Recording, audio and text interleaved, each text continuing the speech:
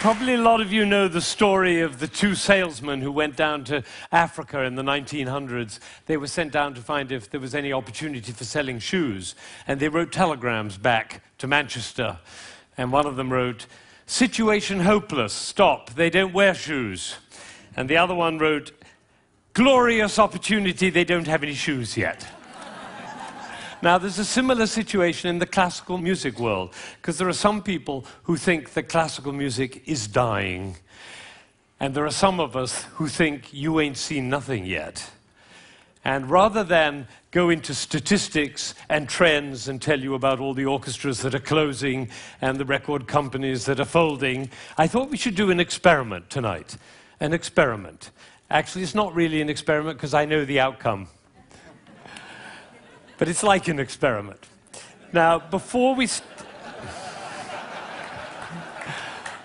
start, I need to do two things. One is I want to remind you of what a 7-year-old child sounds like when he plays the piano. Maybe you have this child at home. He sounds something like this.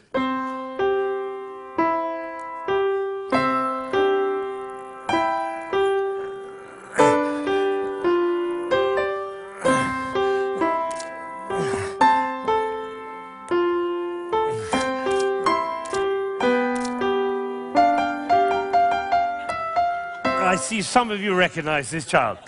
Now, if he practices for a year and takes lessons, he's now 8 and he sounds like this.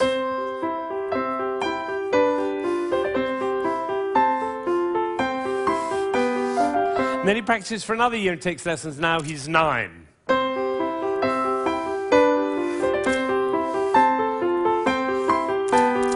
And then he practices for another year and takes lessons, now he's 10.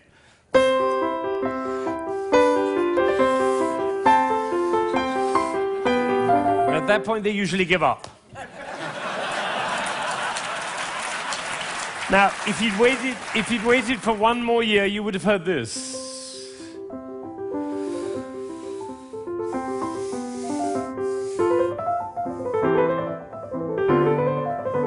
Now, what happened was not maybe what you thought, which was he suddenly became passionate, engaged, involved, got a new teacher, he hit puberty, or whatever it is. What actually happened was the impulses were reduced. You see, the first time he was playing with an impulse on every note. And the second, with an impulse every other note. You can see it by looking at my head. The 9-year-old put an impulse on every 4 notes. And the 10-year-old on every 8 notes. And the 11-year-old, one impulse on the whole phrase. I don't know how I got into this position.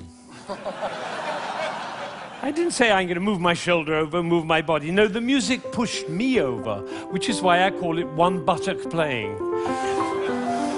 Can be the other buttock. You know, a gentleman was once watching a presentation I was doing, and I was working with a young pianist. He was the president of a corporation in Ohio. And I was working with this young pianist, and I said, "The trouble with you is you're a 2-buttock player. You should be a 1-buttock player." And I moved his body like that while he was playing. Suddenly the music took off. Took flight. There was a gasp in the audience when they heard the difference. And then I got a letter from this gentleman. He said, "I was so moved, I went back and I transformed my entire company into a 1-buttock company." Now, the other thing I want to do is to tell you about you. There are 1,600 people, I believe. My estimation is that probably 45 of you are absolutely passionate about classical music. You adore classical music. Your FM is always on that classical dial, and you have CDs in your car, and you go to the symphony, and your children are playing instruments. You can't imagine your life without classical music. That's the first group. It's quite a small group. Then there's another group, bigger group. These are the people who don't mind classical music. You know, you come home from a long day and you take a glass of wine and you put your feet up, a little Vivaldi in the background doesn't do any harm. Right? That's the second group. Now comes the third group. These are the people who never listen to classical music. It's just simply not part of your life. You might hear it like secondhand smoke at the airport, but and maybe a little bit of a march from Aida when you come into the hall, but otherwise you never hear it. That's probably the largest group of all. And then there's a very small group. These are the people who think they're tone deaf. Amazing number of people think they're tone deaf. Actually, I hear a lot, my husband is tone deaf. Actually, you cannot be tone deaf. Nobody is tone deaf. If you were tone deaf, you couldn't change the gears on your car in a stick-shift car. You couldn't tell the difference between somebody from Texas and somebody from Rome. And the telephone. If your mother calls on their miserable telephone, she calls and says hello. You not only know who it is, you know what mood she's in. You have a fantastic ear. Everybody has a fantastic ear. So nobody is tone deaf.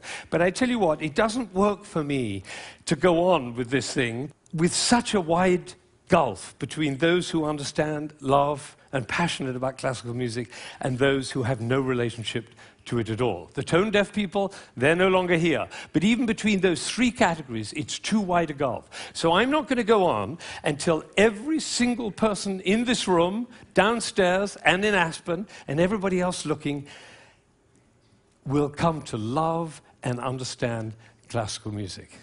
So that's what we're going to do. Now, you notice that there is not the slightest doubt in my mind that this is going to work, if you look at my face, right? It's one of the characteristics of a leader that he not doubt for one moment the capacity of the people he's leading to realize whatever he's dreaming. Imagine if Martin Luther King had said, "I have a dream!" Of course, I'm not sure they'll be up to it. All right, so I'm going to take a piece of Chopin. This is a beautiful prelude by Chopin. Some of you will know it.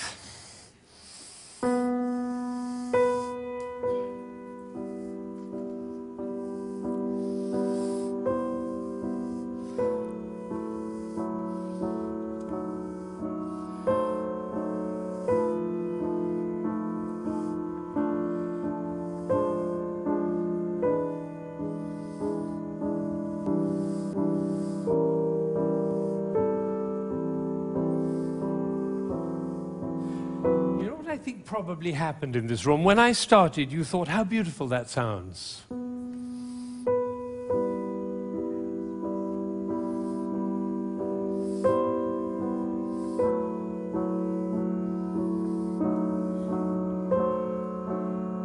I don't think we should go to the same place for our summer holidays next year.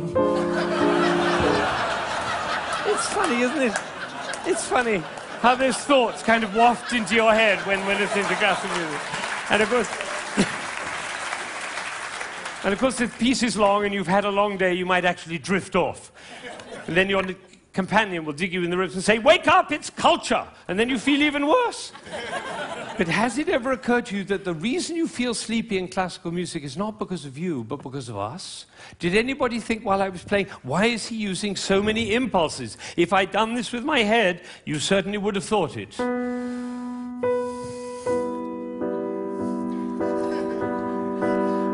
And for the rest of your life, every time you hear classical music, you'll always be able to know if you hear those impulses. So let's see what's really going on here. We have a B. This is a B. The next note is a C. And the job of the C is to make the B sad. And it does, doesn't it? Composers know that. If they want sad music, they just play those two notes. But basically, it's just a B with four sads. Now it goes down to A. And now to G. And then to F. So we have B, A, G, F. And if we have B, A, G, F, what do we expect next? Oh, that might have been a fluke. Let's try it again. Ooh, the TED choir. And you notice nobody is tone deaf. Is that right? Nobody's, you know, every village in Bangladesh and every hamlet in China, everybody knows. Da, da, da, da, da. Everybody knows who's expecting that E. Now, Chopin didn't want to reach the E there because what will have happened?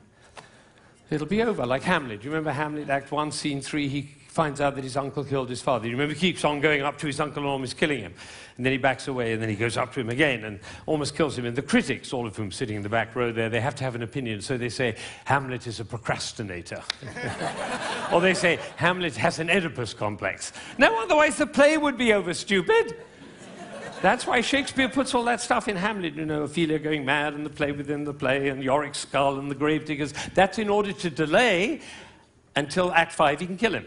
It's the same with the Chopin. He's just about to reach the E and he says, oops, better go back up and do it again.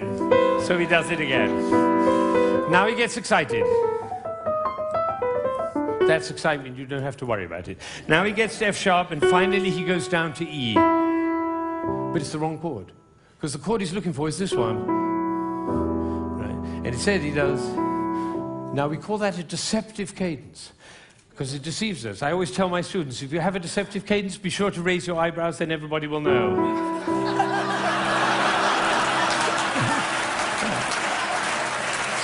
All right. So he gets to E, but it's the wrong chord. Now he tries E again. That chord doesn't work. Now he tries E again. That chord doesn't work. Now he tries E again. That doesn't work. And then finally, there was a gentleman in the front row who went, like that. It's the same gesture he makes when he comes home after a long day, turns off the key in his car and says, I'm home. Because we all know where home is. So this is a piece which goes from away to home. And I'm going to play it all the way through, and you're going to follow. B, C, B, C, B, C, B, D, down to A, down to G, down to F, almost goes to E, but otherwise the play would be over. Goes back up to B, gets very excited, goes to F sharp, goes to E, it's the wrong chord, it's the wrong chord, it's the wrong chord, and finally goes to E, and it's home. And what you're going to see is one buttock playing. Because for me to join the B to the E, I have to stop thinking about every single note along the way and start thinking about the long, long line from B to E. Right? You know, we were just in South Africa, and you can't go to South Africa without thinking of Mandela in jail for 27 years. What was he thinking about? Lunch? No, he was thinking about the vision for South Africa and for human beings. That's what this is about vision. This is about the long line, like the bird who flies over the field and doesn't care about the fences underneath, all right? So now you're going to follow the line all the way from B to E. And I have one last request before I play this piece all the way through. Would you think of somebody who you adore who's no longer there? A beloved grandmother, a lover, somebody in your life who you love with all your heart, but that person is no longer with you. Bring that person into your mind, and at the same time, follow the line all the way from B to E, and you'll hear everything that Chopin had to say.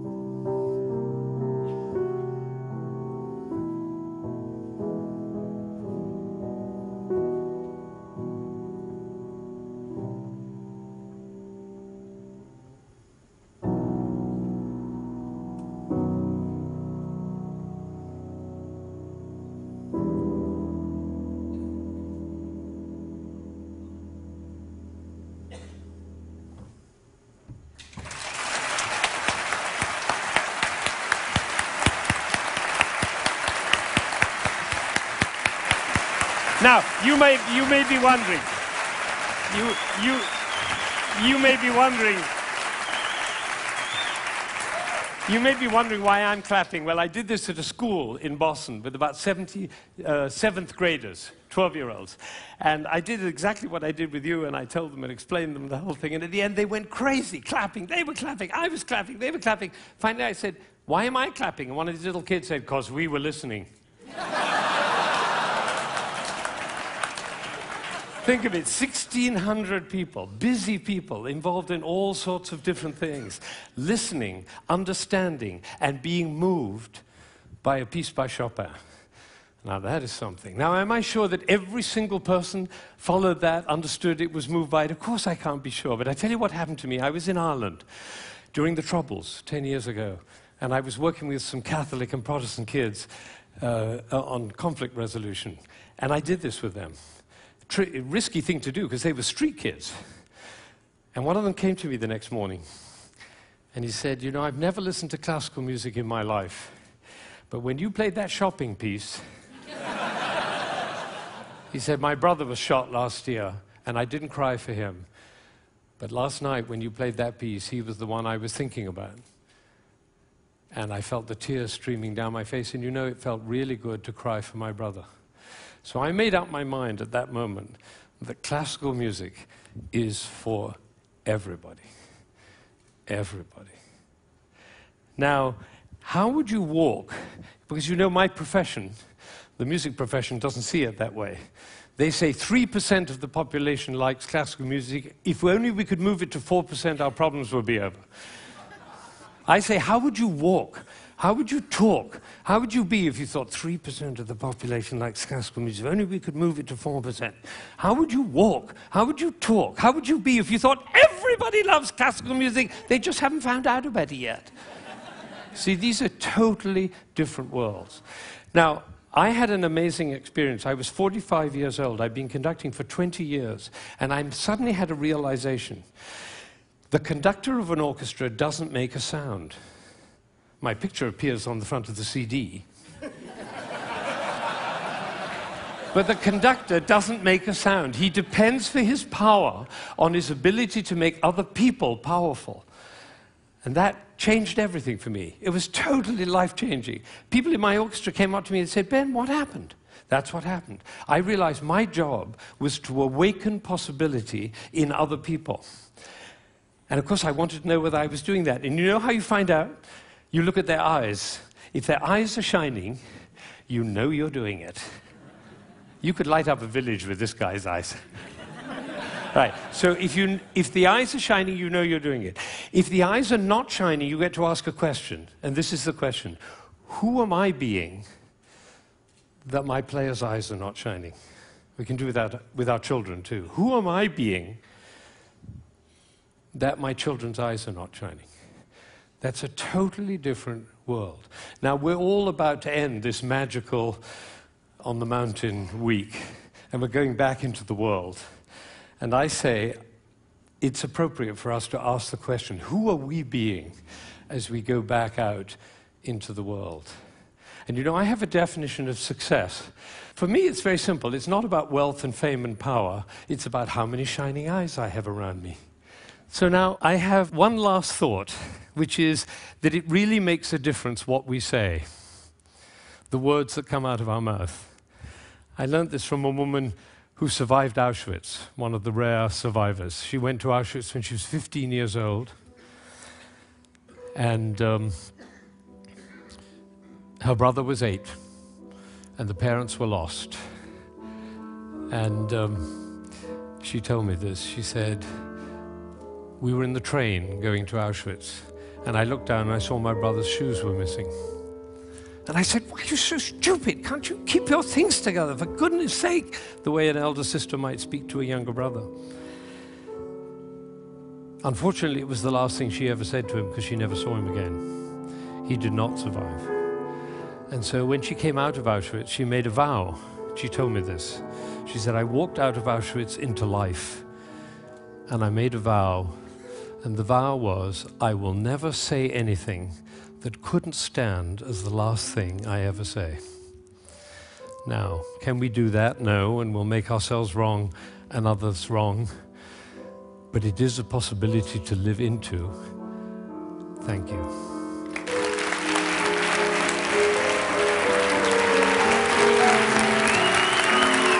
Shining eyes.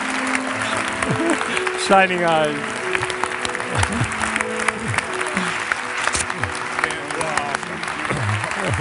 Thank you.